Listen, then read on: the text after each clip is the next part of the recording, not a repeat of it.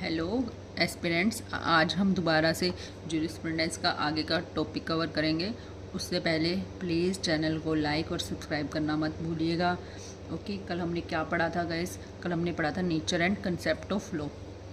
Okay, jurisprudence के बारे में पढ़ा था। अब हम उससे आगे पढ़ेंगे, लेकिन उससे पहले थोड़ा सा आपको रिवीजन करा देते हैं। जूरिस्प्रूडेंस कहाँ से डिराइव हुआ है? लैटिन वर्ड से जूरिस्प्रूडेंशिया, यानी knowledge of law. Prudentia mean skills और नॉलेज, और इसकी डेफिनेशंस पढ़ी थी थोड़ी सी। इसको एक्सपोजिटरी जूरिस्प्रूडेंस भी कहते हैं। एक्सपोजिटरी जूरिस्प्रूडेंस होती है जो कि पास्ट और प्रेजेंट लीगल सिस्टम को डिस्कवर करती है। ओके, डेफिनेशन अल्पियन की डेफिनेशन थी observation of things human and divine. Bentham ने फॉर्मल स्ट्रक्चर को डिफाइन करता है लॉ का। स्टोन ने क्या कहा था? एक्सट्रोवर्शन। स्टोन से याद आ जाएगा एक्सट्रोवर्शन। लॉयर्स की examination of ideas, techniques of law. Okay, Austin ने क्या कहा था? प्रोविंस। सबसे मोस्ट इंपॉर्टेंट डेफिनेशन आती है ऑस्टिन की।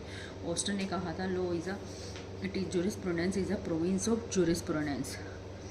Okay, the science of jurisprudence it concern with positive law. Bentham ने क्या कहा है? Formal structure of law and concept. Ulpian ने कहा है जो ह्यूमन बींग्स को ऑब्जर्व करे थी, डिवाइन को, नॉलेज को, जस्ट क्या है, अनजस्ट क्या है। और स्टोन जो लॉयर के एक्सट्रोवर्शन, लॉयर की एग्जामिनेशन और प्रिंसिप्स, आइडियाज़ को डिफाइन करे।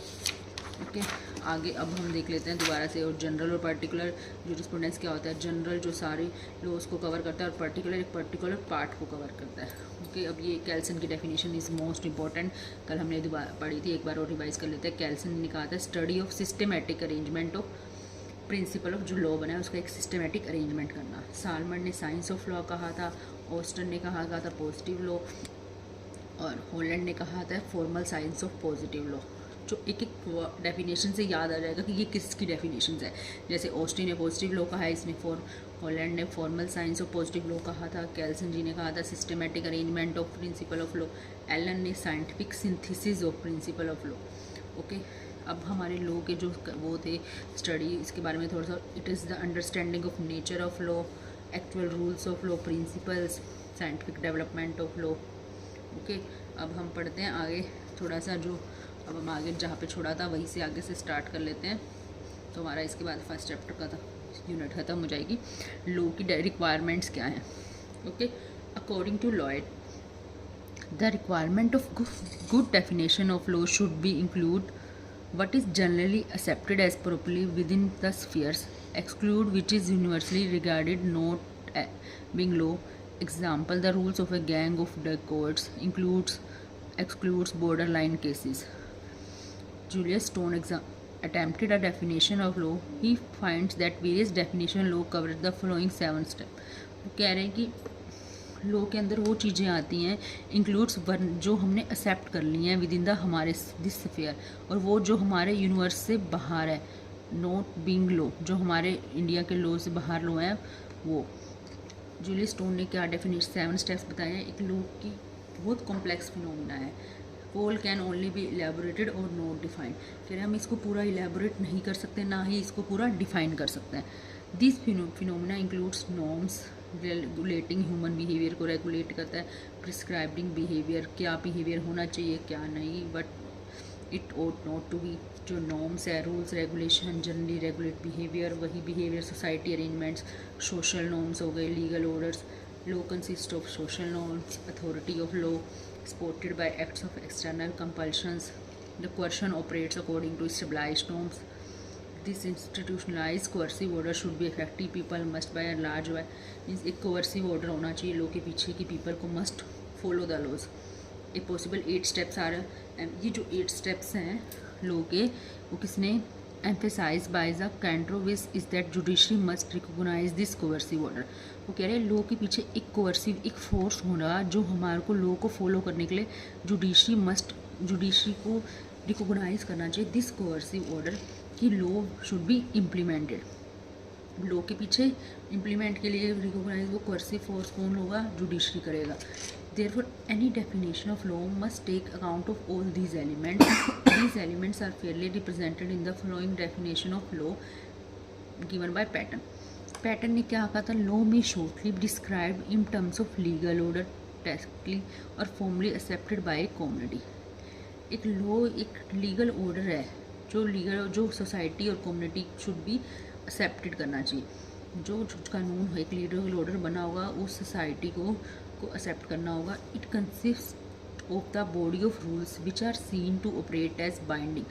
कह रहे एक रूल है जो कि बाइंडिंग होगा सारी सोसाइटी पे, कम्युनिटी पे, बैक्ड बाय सम मैकेनिज्म। उसके पीछे एक मैनेजमेंट होगी, मैकेनिज्म होगा, लाइक जुडिशरी होगा जो कोर्सिव ऑर्डर करके फॉलो करवाएगा, bye means of which sufficient compliance with the rule.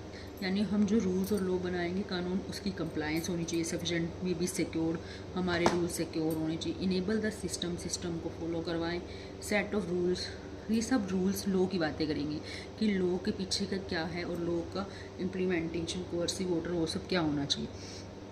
Okay, grey क्या कहते हैं, law as the rules which the court lay down the determination of rights and duties. ये भी बहुत इंपॉर्टेंट डेफिनेशन है, ये भी पूछी जा सकती है कि ग्रे ने लॉ को कैसे डिफाइन किया है। तो कोर्ट ग्रे जी कहते हैं लॉ एक रूल्स है विच द, जो कि कोर्ट को डिटरमाइन करना चाहिए rights and duties of community. Okay, Holland laws are proposition, Holland की डेफिनेशन पीछे भी आई थी, आपको पता है वो क्या थी। हॉलैंड की डेफिनेशन में ये बोला था, हमने हॉलैंड में जूरिस्प्रूडेंस की डेफिनेशन कराई थी। Jurisprudence is the formal science of positive law. Okay, याद रखना, jurisprudence is the formal science of positive law. और हॉलैंड ने यहाँ पे लॉ की डेफिनेशन क्या बताई है, laws are propositions commanding the doing, मतलब एक कमांड ऑर्डर होना चाहिए, डूइंग क्या करना है, अब्सटेनिंग फ्रॉम डूइंग क्या नहीं करना है, कौन से certain classes of actions, disobedience which is followed by some penalty, कि कोई एक्शन नहीं फॉलो करेंगे तो वो कानून होना, पीछे पेनल्टी होनी चाहिए, इनकन्वीनियंस।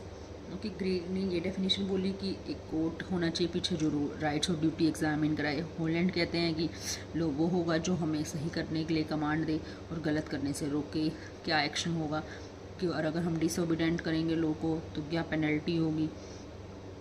और जो सालमन क्या कहते हैं, अब सालमन ने लॉ को एक जुडिशियल प्रोसेस के वे में डिफाइन किया है।